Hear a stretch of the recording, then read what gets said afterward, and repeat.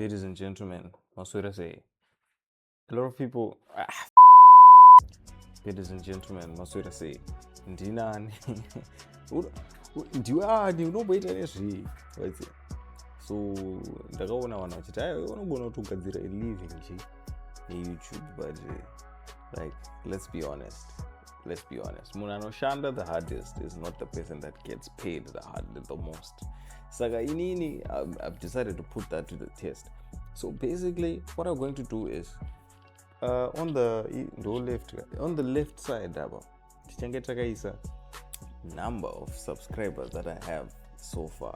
On the right side, the amount of money I have made from YouTube so far.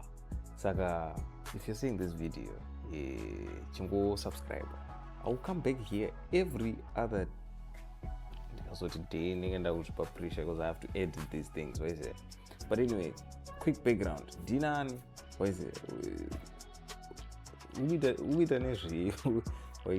so inini donzurwe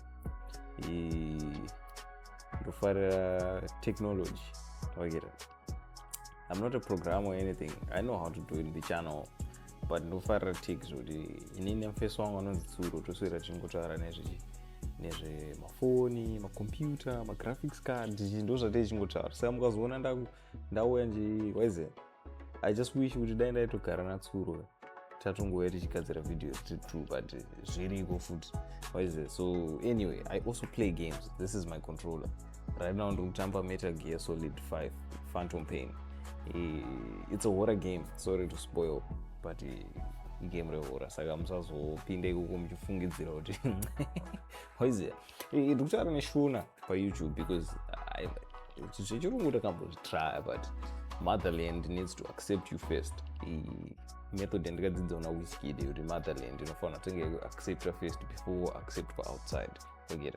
Like pakarwa ujiwe labor.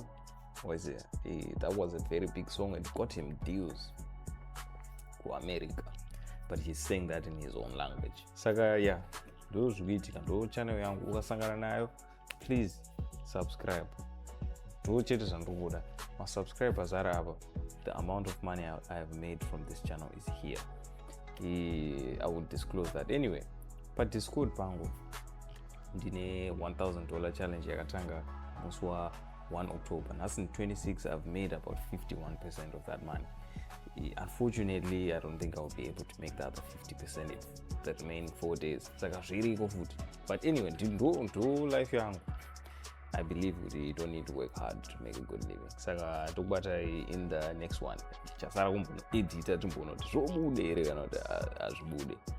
But anyway, screenshot yazvapera. Screenshot rekunguti tozongoratidza majeans kuti tirikugadzira stuff iri takakula. Because vanhu vanozotanga kugaira kuti vamwe havasi kugadzira kastuff iri. Yeah, bo zvavarana tatotora screenshot. I feel like that shot. I think bo my. Saka bo ndokubata ichi next video. I think ndikarova kana 2 per week tinge takakula katichangotanga, so tisadita ni zvakawanda zvekuita. Saka bo takakula.